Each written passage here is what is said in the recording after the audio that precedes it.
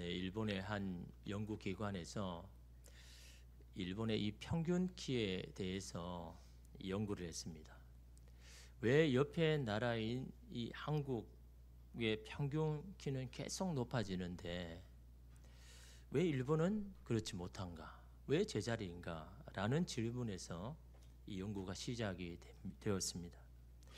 예전에는 분명 한국보다는 평균 키가 높았는데 왜 지금 이렇게 역전되었는가? 그것을 연구한 결과는요. 이 한국에 비해서 일본이 저체중 출생아가 많다라는 거죠. 그 아이가 태어나면 평균적으로 기본적으로 이렇게 가져야 할 몸무게보다는 더 낮은 저체중의 이 신생아가 이 한국보다 일본이 더 많다라는 그 이유가 바로 이 평균 키를 높이지 못하는 한 이유가 아닌가라는 그런 연구 결과를 내어 놓았다라는 거죠. 물론 일본이 여러분 우리보다 못 사는 것도 아니고 충분히 영양을 공급할 수도 있음에도 불구하고 왜 이 저체중 출생아를 낳는가라는 것을 다각적으로 연구를 했지만 여러 가지 이유 중에 하나는 그런 거죠. 이 아이를 가지면 체중이 막 늘어나잖아요. 원래 가지고 있는. 그러다 보니까 이 여성분은 특별히 이 체형이 변화되는 것이 많기 때문에 그것을 염려해서 많이 먹지를 않는 거죠. 임신에도 불구하고 자기의 어떤 이 몸매를 유지하기 위하여서 이렇게 불균형적인 이 영양 식사를 하기 때문에 이 출생아가 저체중으로 태어나는 것이다라고 그렇게 이야기를 합니다. 태어날 때부터 이 불균형을 가지고 태어나니 이 태어난 것부터 여러분 그러니까 나중에 이렇게 아무리 나중에 후천적으로 많이 그렇게 하여도 이 키를 크는 데는 한계가 있다라는 거죠. 유전적으로 뭔가 영양을 잘 공급해야 이게 잘 이렇게 균형을 이루어서 할 텐데 이 첫 시작부터 이렇게 안 되니까 결국은 이 평균 키를 높이지 못한다라고 이야기를 합니다. 여러분 이 사람 몸이란 게 그렇잖아요. 균형을 이룰 때 건강하게 여러분 이렇게 성장하지 않습니까? 한쪽으로 치우치면 결국은 이 문제가 생길 수밖에 없죠. 여러분 이처럼 사람에게 있어서 균형은요 참으로 중요합니다. 이 밸런스를 잘 유지하는 게 너무너무도 중요하죠. 이 균형이 무너지면요 항상 문제가 발생합니다. 그래서 건강의 균형이 무너지면 병이 오는 것이고 인간관계의 균형이 무너지면 이 다툼과 분열이 항상 일어나게 되는 거죠. 여러분 삶에도 이런 균형이 필요합니다. 균형이 무너지면 삶을 지탱할 수 없는 순간이 반드시 오기 때문에. 그러기에 여러분 어떻습니까? 삶에는요 성공만 계속되는 것도 실패도 계속되는 것도 결국 이게 여러분 삶의 균형을 무너뜨리는 요소가 되는 겁니다. 오늘 우리는 실패가 계속 내 삶의 균형을 무너뜨린다고 하지만 그건 아닌 거죠. 성공이 계속돼도 마찬가지로 삶의 균형을 무너뜨리더라라는 거죠. 그래서 삶에는 성공도 필요하고 실패도 필요한 겁니다.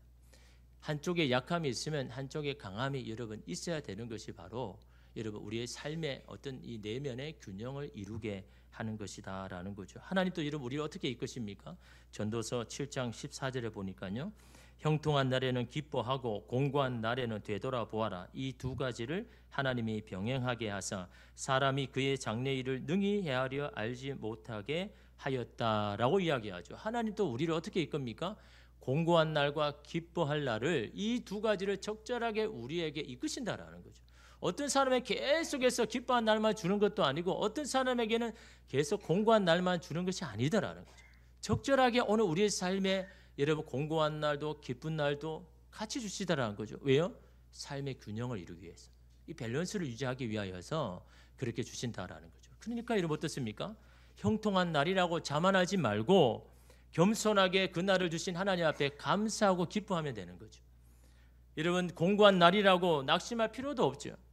이 공고한 날을 주신 하나님의 뜻이 무엇인지 내가 무엇을 깨닫기를 원하는지를 되돌아보면요. 그 공고한 날도 우리에게 유익이 되는 겁니다. 여러분 오늘 말씀은 특별히 이 신앙의 균형을 위해서 하나님이 하시는 일이 뭔가라는 것을 바울이 자신의 삶을 통해서 말씀을 하고 있는 거죠. 다시 말하면 삶의 균형을 위해서 하나님이 주시는 것이 있다라는 거죠. 그거를 우리가 바울을 통해서 보고자 합니다. 이런 바울은 어떤 사람입니까? 태생은 유대인이지만 로마 시민권을 가졌죠. 특별히 그는요 뒤늦게 기독교인이 되었지 않습니까? 외모는 시원치 않고 이 말하는 것도 좀 서툴지만 글은 잘 썼죠. 그래서 여러분 오늘날에는 여러분 바울이 굉장히 유명한 사람이지만요 그 당시는 그렇게 인정받지 못한 사람이었습니다.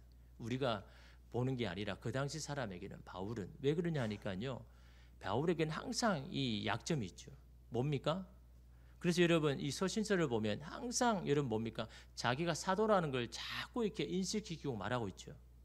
여러분 그는 어떻습니까? 제자들과 예수님을 추종했던 사람들에 비해서 어떻습니까? 자기는 직접 예수를 본 사람이 아니죠. 그러니까 어떻습니까? 항상 뭔가를 해도 그러는 겁니다. 이 바울을 향해서 야 너는 굴러온 돌 아니냐? 너는 어떻게 사도적인 권위를 받을 수가 없지 않느냐라고 계속해서 이야기를 하다 보니까 이 바울에게는 그게 항상 약점이죠. 근데 여러분 이 고린도 교회가 여러분 이 바울이 여러분 개척한 교회 아닙니까? 근데 이 바울이 이 고린도 교회에서 몇 년 동안 이렇게 사역을 하다 거기를 떠났죠. 근데 그 떠난 자리에 다른 교회 지도자가 거기에 여러분 온 거죠. 그래서 어떻게 합니까? 이 바울에 대해서 계속해서 안 좋은 이야기들을 계속 이렇게 하는 거죠. 반대적인 이야기를 자꾸 하는 겁니다. 그 소식을 들으니까 어떻습니까? 마치 여러분 정통교회 신천지가 들어와 가지고 막 이렇게 흩트리는 것처럼 마찬가지로 바울은요 자신이 개척한 그 교회가 그런 거 보니까 너무너무 마음이 속상한 겁니다. 여러분 특별히 여러분 이 고린도 교회 사람들이요 이 바울의 말보다는 그들의 말을 자꾸 더 믿으려고 신뢰를 하려고 이름 하더라라는 거죠. 그 왜 그러냐고 이렇게 보니까 그들이 계속해서 주장하는 게 뭐냐 하니까 권위를 가지려면 특별한 신령한 이런 경험을 해야 된다. 영적인 체험을 많이 해야 그 사람이 어떤 권위가 높은 거지 그거 없으면 무슨 권위가 있느냐라고 이렇게 계속해서 이야기를 하는 겁니다. 그러니까 고린도 교인들이 가만히 보니까 이 새로 들어온 이 교회 지도자들은 계속해서 자기가 경험한 걸 자꾸 이야기하는데 바울은 그런 적이 없거든요.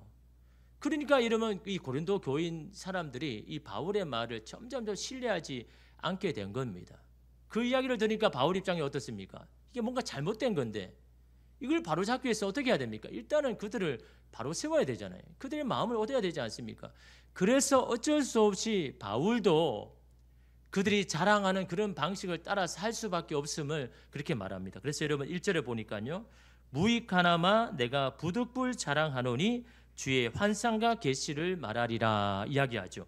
자랑하는 것은 무익하지만 신앙에 별서 유익이 별로 없지만 어쩔 수 없이 내가 이렇게 할 수밖에 없다는 거죠. 뭡니까? 자기가 보았던 환상과 주셨던 계시를 말하는 겁니다. 그래서 여러분 2절 이하에 보면요. 이미 14년 전에 바울은요. 이미 하나님의 나라, 하늘나라에 이미 가본 겁니다. 자기의 몸이 이끌려 가지고 하늘나라를 보고 왔고 거기서 많은 계시를 이미 받은 겁니다. 그 많은 것을 받았지만 지금까지 이야기 안 할 뿐이었지 그 많은 것을 여러분 이 바울이 이미 경험했더라라는 거죠. 이것은 여러분 결국 뭡니까? 사람들에게 충분하게 여러분 인정을 받을 만한 여러분 그런 거 아닙니까? 그러나 여러분 지금까지 그렇게 하지 않은 이유는 신앙에 별로 그렇게 자랑이 안 되기, 유익이 안 되기 때문이다라는 거죠. 여러분 사람들은 어떻습니까? 자신의 약함은 감추고 강함만을 드러내려고 하죠. 나는 이렇게 뭐 이런 장점이 있고 강한 사람이라고 말하지만 그러나 세상은 어떻습니까? 항상 그 사람의 약점을 찾으려고 하죠. 자꾸 약점을 찾으려고. 그러니까 한 사람은 자기의 약점을 감추고 강함을 드러낸다 그러면 다른 한쪽에서는요. 계속해서 여러분 약점을 찾아내서 그 사람을 무너뜨리는 게 이게 세상 아닙니까? 그러니까 이 싸움이 계속해서 이런 세상에 되어지지 않습니까? 근데 여러분 진짜 강한 사람은 어떤 사람일까요? 자기가 말로만 강하다 많은 사람이 정말 강한 사람일까요? 여러분 어떤 사람을 보면요. 막 강하게 이야기하는 사람 가만히 들어보면요. 정말 약한 사람이에요. 겉으로는 막 강한 척하지만요. 그냥 이야기를 들어보고 간에 들어가 보면요. 굉장히 마음이 약한 걸 보게 됩니다. 그러니까 자기 약함을 오히려 감추기 위해서 일부러 말을 뭐 직선적으로 하든지 강하게 하든지 막 그러는 거죠. 그리고 한번 들어보면 이 사람이 얼마나 약한지를 여러분 알 수가 있는 겁니다. 정말 강한 사람은요. 자기 약함을 인정하는 사람입니다. 나는 이런 부족함이 있어요. 나 이렇게 잘 안 돼. 라고 이렇게 여러분 이야기하는 사람은요, 더 이상 그것이 약함이 안 되는 겁니다. 마치 여러분, 고통을 고통이라고 내가 인정하면 그 고통이 나를 더 힘들게 하지 않는 것처럼 마찬가지인 거죠. 나의 약함을 그냥 드러내고 나 이렇게 약한 사람입니다 라고 말하면 오히려 그 사람은요, 약한 사람이 아니죠. 오히려 그의 장점이 부각되는 것이 여러분 되는 건 아닙니까? 여러분, 그런데 신앙인은 뭡니까? 자신의 약함을 고백하는 이유가 뭡니까? 왜 내 약함을 고백합니까? 그것은 내 약함을 고백할 때에 바로 예수 그리스도가 드러나기 때문에. 그래서 우리의 약함을 여러분 고백하는 건 아닙니까? 그래서 여러분, 나는 죽는다, 그래서 나는 예수로 산다라고 말할 때 나는 죽는다는 게 뭡니까? 물론 육체적인 어떤 자아, 그런 고집을 꺾는다, 죽인다라는 말도 있지만요, 나의 연약함을 고백하고 인정한다라는 의미도 들어있는 겁니다. 나는 죽는다라는 것은요, 나의 연약함을 고백하는 겁니다. 먼저 하나님 앞에, 하나님, 나는 이렇게 연약합니다, 나는 부족합니다라는 것을 인정할 때 나는 여러분 죽게 되는 거죠. 그리고 어떻습니까? 그럴 때 여러분, 예수가 내 안에 살고 내 안에 역사하기를 여러분 시작을 하게 되는 거죠. 그래서 예수로 우리는 사는 겁니다. 바울은 여러분 이처럼 자신을 자랑하는 자들에게 오히려 자신의 약함을 자랑하죠. 그 약함에는 뭐가 있습니까? 육체적인 가시도 있고 하나님에 대한 하나님의 거절도 있는 것. 기도했는데 거절당한 거죠. 여러분 8절 보십시오. 이것이 내게서 떠나가게 하기 위하여 내가 3번 주께 간구하였더니, 자신에게 있는 이 육체의 약함을 고침받기 위해서 여러분 3번이나 하나님 앞에 간구했다. 이 간구라는 건요, 간절히 구하다라는 거예요. 너무나 절실하기 때문에 3번이나 여러분 기도했는데 하나님의 응답이 뭡니까? 거절입니다. 여러분, 기도의 응답에 있어서 여러분, 바울의 기도만은 들어줘야 되잖아요. 다른 사람의 기도는 안 들어줘도 여러분, 바울의 기도는 들어줘야 되잖아요. 바울이 여러분 예수를 위해서 헌신한 게 얼마나 많습니까? 자신의 전 인생을 들여서 예수를 위해서 살아왔는데, 아니 여러분, 기도의 응답이라면 바울이 먼저 응답해 줘야 되는 게 이게 당연한 거 아닙니까? 그런데 왜 바울이 그토록 간절하게 구했는데 왜 거절한 걸까요? 여러분, 그 이유를요, 9절에 이렇게 말합니다. 나에게 이르시기를 내 은혜가 내게 족하도다. 이런 내 능력이 약한 데서 온전하여 짐이라 하신디라. 이 거절에 대한 대답으로 여러분 주님께서 말씀하신 거죠. 내 은혜가 내게 족하다라는 의미는요, 어떤 의미일까요? 2가지 의미가 있습니다. 첫 번째로는요, 이 내 은혜라는 게 뭡니까?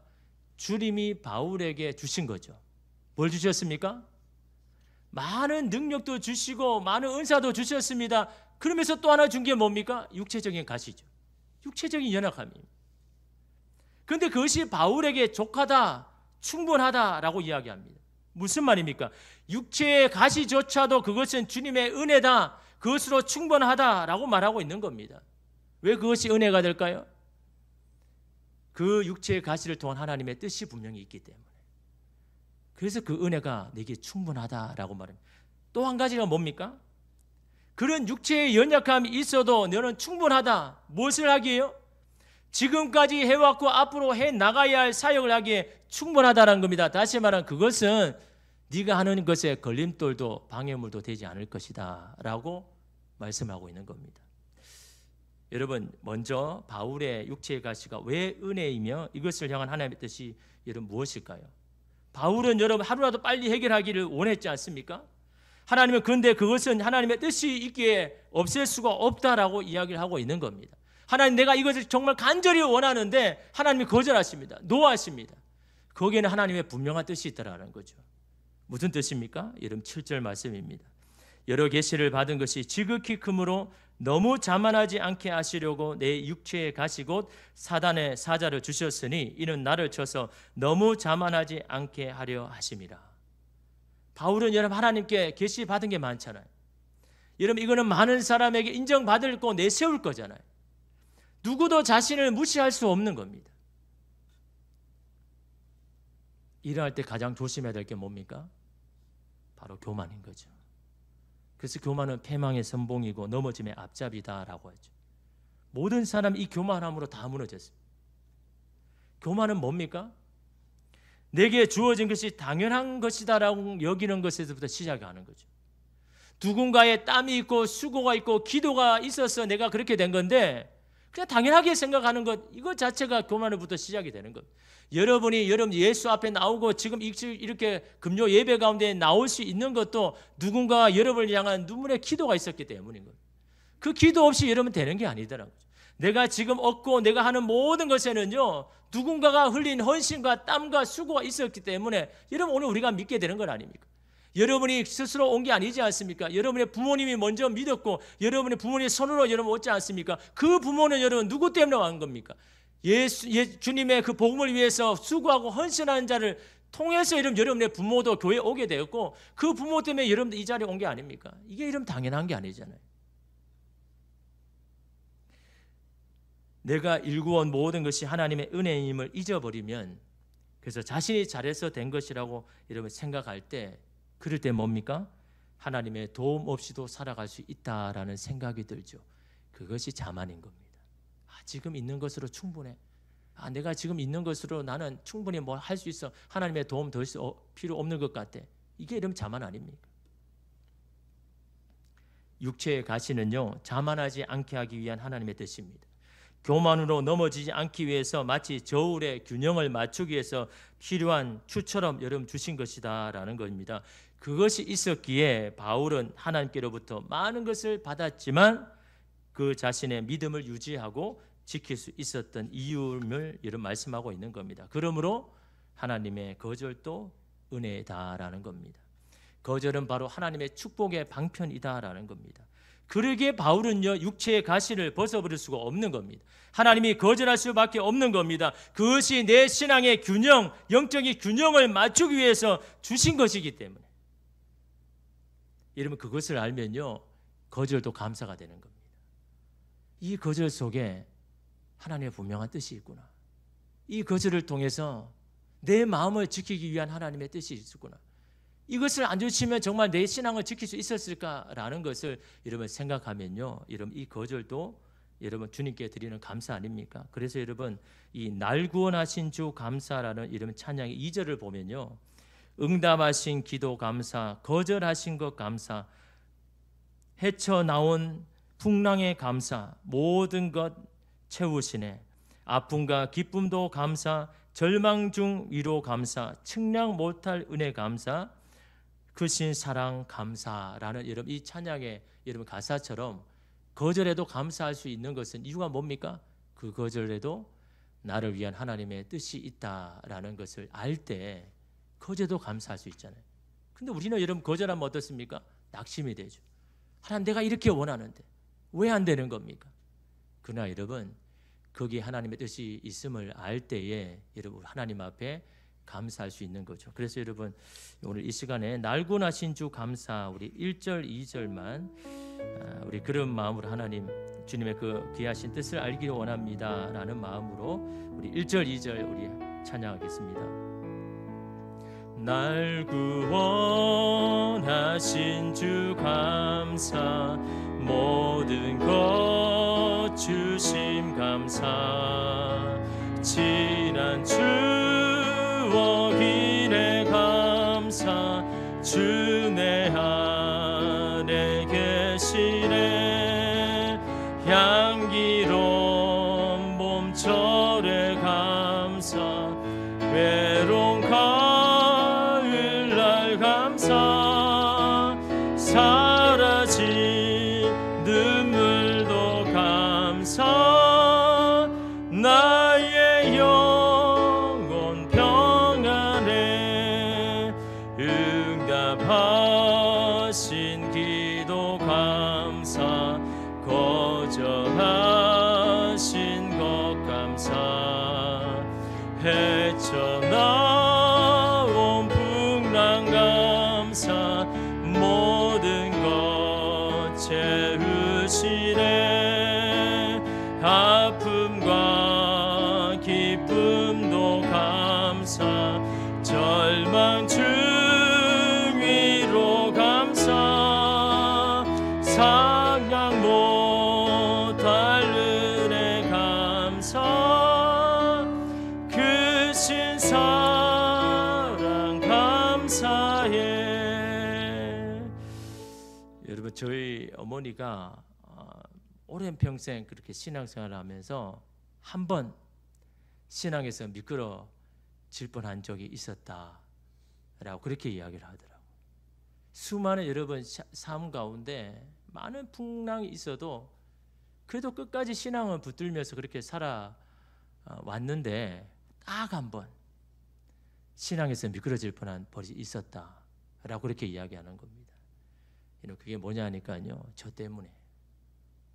저희 누님이 4분 있는데 네 분의 누님은요, 뭘 하든 잘 붙습니다. 학교도 잘 붙고 대학 가면 장학금도 받고. 근데 여러분, 막내인 저는, 아들 1명이나 저는요, 이상하게 잘 안 풀리는 겁니다. 자꾸 떨어지는 겁니다. 한번 떨어질 때는 그럴 수도 있겠지, 더 좋은 하나님께서 뜻이 있겠지라고 생각하는데 2번 이 대학에 떨어지자 막 실망해가지고 기도가 안 나오더라는 거죠. 왜 내 아들은 안 되냐고. 아니, 딸들은 저렇게 잘 되는데, 합격하는데 왜 내 아들은 계속 떨어지냐고. 하나님, 이건 너무 속상합니다. 왜 내 이렇게 간절한 기도는 왜 이렇게 하나님 거절하십니까? 그때 딱 한 번 여러분 믿음에서 미끄러질 뻔하다. 그냥 하나님을 믿기 싫어지고 하나님 앞에 기도하기 싫어지고, 도대체 하나님이 살아계신다면 왜 이렇게 거절하십니까? 그때 딱 한 번 믿음에서 미끄러진 적이 있다라고 그렇게 여러분 이야기하십니다. 이런 부모가 다 그런 마음 아닙니까? 부모가 다 자녀는 다 잘 되기를 원하지만요, 그렇지 못해갈 때 있죠. 계속 여러분 떨어질 때가 있죠. 여러분, 그럴 때는요, 하나님의 뜻이 있다고 생각해야 되는 거예요. 그것을 통해서 하나님께서 이루고자 원하시는 것이 분명히 있다라는 거죠. 그 거절도 그 사람에게 분명히 필요하기 때문에 이런 하나님이 주신 것이다라는 겁니다. 그것을 그냥 그것을 안 주시면 하나님에게 합당한 자가 못 되기 때문에 하나님께서 주시는 여러분 거절 아닙니까? 여러분, 예수님이라도 마찬가지잖아요. 여러분, 마태복음 3장에 보면 예수께서 세례 요한에게 여러분 세례를 받으셨을 때 어떤 일이 일어났습니까? 마태복음 3장 16절 17절에 보니까 예수께서 세례를 받으시고 곧 물에서 올라오시세 하늘이 열리고 하나님의 성령이 비둘기같이 내려 자기 위에 임하심을 보시더니 하늘로부터 소리가 있어 말씀하시되 이는 내 사랑하는 아들이요 내 기뻐하는 자라 하시니라. 얼마나 영광스러운 경험입니까? 세례를 받자마자 성령이 막 비둘기같이 자기에 임하는 겁니다. 하늘에서 막 소리가 들리는데 너는 내 사랑하는 자고 내 기뻐하는 자다. 거기에는 모든 자리에 들릴 정도로 그렇게 이런 말씀하고 자기를 인정해 주니까 얼마나 여러분 좋은 경험 아닙니까? 얼마나 여러분 기쁜 일입니까? 근데 그 다음 어떤 일이 일어났습니까? 4장 1절에 보니까요, 1절에서 2절에 보니까 그때에 예수께서 성령에 이끌리어 마귀에게 시험을 받으러 광야로 가사 40일을 밤낮으로 금식한 후에 줄이신지라. 그때가 언제입니까? 하늘에서 소리가 막 들려가지고 하나님께서 나를 막 인정해 주실 때, 야, 너는 나의 기뻐하는 아들이고 사랑하는 아들이라고 막 그런 이야기 하실 때, 그때 성령에 이끌려가 어디 갔습니까? 광야에 가셨죠. 40일 동안 이런 금식하면서 줄이면서 그 시험을 연단을 받았습니다. 왜요? 예수님도 이러면 삶의 균형을 맞추기 위함 아닙니까? 여러분, 그에게 여러분 그런 놀라운 경험과 기쁨과 황홀한 것만 있다 그러면 어떻게 마음을 지키겠습니까? 훈련과 연단을 통해서 여러분 자신의 마음을 지켜나가는 겁니다. 훈련을 통해서 여러분 균형을 맞추게 하시는 것이 여러분 하나님이 하시는 뜻 아닙니까? 예수님도 그렇다면요, 오늘 우리도 어떻겠습니까? 오늘 우리의 삶에는요, 잘 되기만 원하고 성공하기만 원하지만요, 하나님 그렇게 하시지 않는다라는 거죠. 오늘 우리에게 가장 적절하게 그런 사람 바꾸러 가기 위하여서 성공도 있지만 실패도 하게 하고 거절하게도 하시게 하고, 거기에서 여러분 오늘 우리는 완전하게 되고 거기에서 우리는 체험을 받고 온전하게 여러분 되는 건 아닙니까? 필요에 의해서 바울에게 준 것인데 바울은 그것이 싫다고 가져가시라고 하더라라는 겁니다. 오늘 우리도 그럴 때가 있죠. 분명히 하나님 우리에게 필요한 것이라고 주셨는데 오늘 우리는 하나님 앞에 하나님 이거 가져가십시오, 내가 원하지 않습니다 자고 이름 그렇게 할 때가 있지 않습니까? 그렇다 하나님 어떻게 하시겠습니까? 바울을 너무나 사랑하시는데, 바울을 기대하시는데 바울이 원한다고 가져가야 됩니까? 바울이 필요해서 주신 것인데, 그래서 하나님께서 거절할 수밖에 없지 않습니까? 여러분, 하나님 우리에게 많은 축복을 주시죠. 그러나 멍에도 함께 주신다는 것을 여러분 기억해야 되는 겁니다. 그 멍에가 하나님이 주시는 축복이 축복되게 하는 겁니다. 하나님의 그 축복을 풍성하게 누리게 하는 겁니다. 이 멍에가 없으면요, 그 축복이 안 되는 겁니다. 그게 당연한 것으로 여겨집니다. 그것이 당연히 내게 주시는 것으로 여겨지는 겁니다. 멍에가 있기 때문에 여러분 그것이 축복으로 여겨지고 은혜로 여러분 여겨지게 되는 겁니다. 오늘 저와 여러분에게 주신 하나님의 멍에가 뭡니까? 이것 때문에 불평하고 속상하고 아픕니까? 이것만 해결되면 모든 것이 좋아질 것이라고 생각됩니까? 그래서 이 멍에를 두고 계속 기도하지만 거절당하고 있습니까? 그렇다면 이 멍에를 다시 생각해야죠. 내게 없어지고 사라질 게 아니라, 이것은 벗어버릴 것이 아니라 내가 이 멍에를 품고 이 멍에를 통한 하나님의 뜻이 무엇인지를 알아야 되고, 그것을 알기 위해서 여러분 기도해야 되지 않습니까?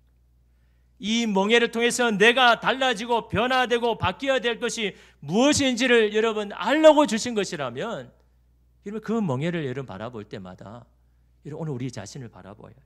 멍에는요, 우리를 부족한 것을 체험으로 온전하게 합니다. 또한 멍에는 우리를 연단시키고 단련시킵니다.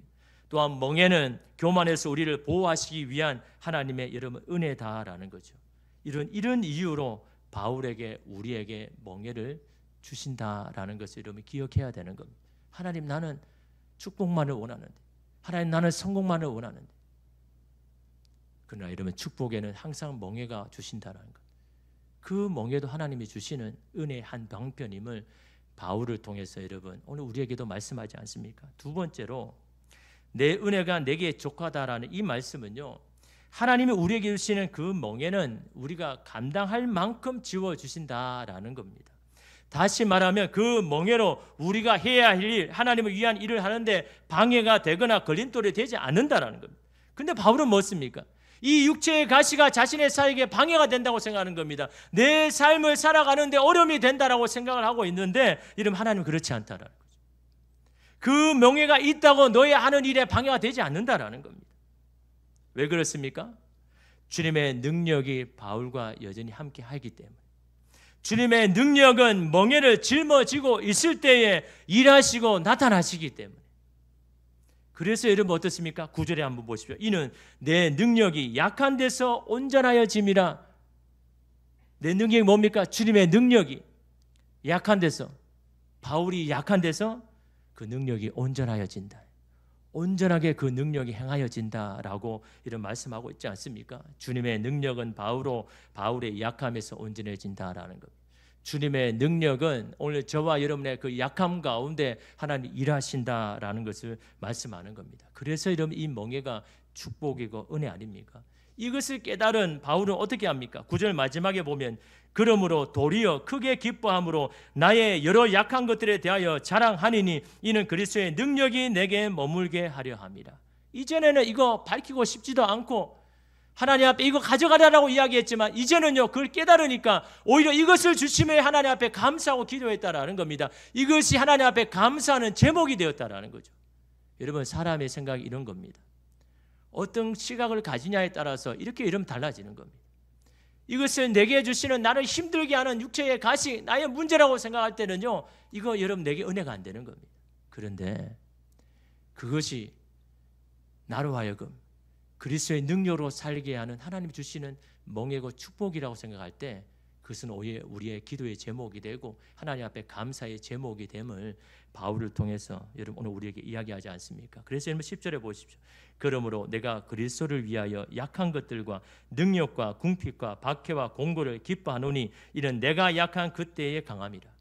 여러분, 약한 것, 능력, 궁핍, 박해, 공고, 누가 기뻐할 일입니까? 누구나 다 싫어하는 겁니다. 하나님, 나는 이런 거 없었으면 좋겠습니다 라고 여러분 할 게 아닙니까? 그러나 여러분, 이것으로 인해서 주님의 능력이 내 가운데 일하신다면 내가 오히려 이것을 기뻐하겠습니다. 이것으로 오히려 하나님 앞에 감사하겠습니다 라고 바울이 여러분 그것을 고백하고 있지 않습니까? 여러분, 수도 없이 기도해도 달라지지 않는 것이 있습니까? 그것으로 인해서 기도하게 하고 겸손하게 하고 주님을 더욱 의지하게 한다면 그것은 오늘 우리에게 주신 멍에인 겁니다. 그 멍에가 있어야 우리는 주님이 주신 짐을 잘 짊어지고 갈 수가 있는 겁니다. 우리가 생각하기에는 그거 없으면 더 잘 질 것 같죠. 그거 없으면요, 여러분의 힘으로 지으려고 할 겁니다. 여러분의 능력으로 그걸 짊어지려고 갈 겁니다. 그러나 여러분, 그 걸음은요 성공할 수도 없고 실패할 수밖에 없고 넘어질 수밖에 없는 겁니다. 그 멍에가 있어야 주님의 은혜를 바라보고 주님의 도우심을 구하고 주님의 그 안에서 살아갈 수 있음을 여러분 바울은 자신의 인생을 통해서 말씀하고 있지 않습니까? 포사이드는 이렇게 말합니다. 고통이 없도록 기도하기보다 고통의 의미를 발견하도록 기도하는 것이 더욱 굉장한 일이다. 뭐라고요? 고통이 없도록 기도하기보다 그 고통의 의미를 발견하게 해달라고 기도하는 것이 오히려 더 굉장한 일이고 유익이다라고 그렇게 말합니다. 오늘 우리의 멍에를 통하여서 하나님의 뜻과 그분의 거룩한 목적이 온전해질 것입니다. 하나님께서 우리를 영적으로 축복하기 위해서 오늘 우리에게 축복뿐만 아니라 멍에를 허락하십니다. 이러면 그 멍에를 짊어지고 우리는 가야 되죠. 그것을 통해서 우리는 주님이 주시는 그 짐을 지고 마지막까지 걸어갈 수 있음을 믿고, 여러분에게 주어진 멍에가 뭡니까? 그것을 이제는 날마다 벗어 던지려고 하지 말고 내가 짊어져야 되고 짊어가야 되고, 그것 때문에 하나님 앞에 더 기도할 수 있고 그것 때문에 주님 앞에 더 머물게 하시는 하나님의 은혜임을 여러분 믿고, 주님 이 멍에를 잘 짊어 나갈 수 있는 하나님의 힘과 능력을 더하여 주시고, 이 멍에 때문에 넘어지고 쓰러질 때마다 주님 우리를 위로하여 주시고 힘을 주셔서 주님의 그 능력으로 다시 이 멍에를 가지고 주님이 주시는 그 축복을 축복되게 하는 오늘 우리가 되게 해달라고 주님 앞에 기도하는 저와 여러분 되시기를 주님의 이름으로 축복합니다. 기도하겠습니다.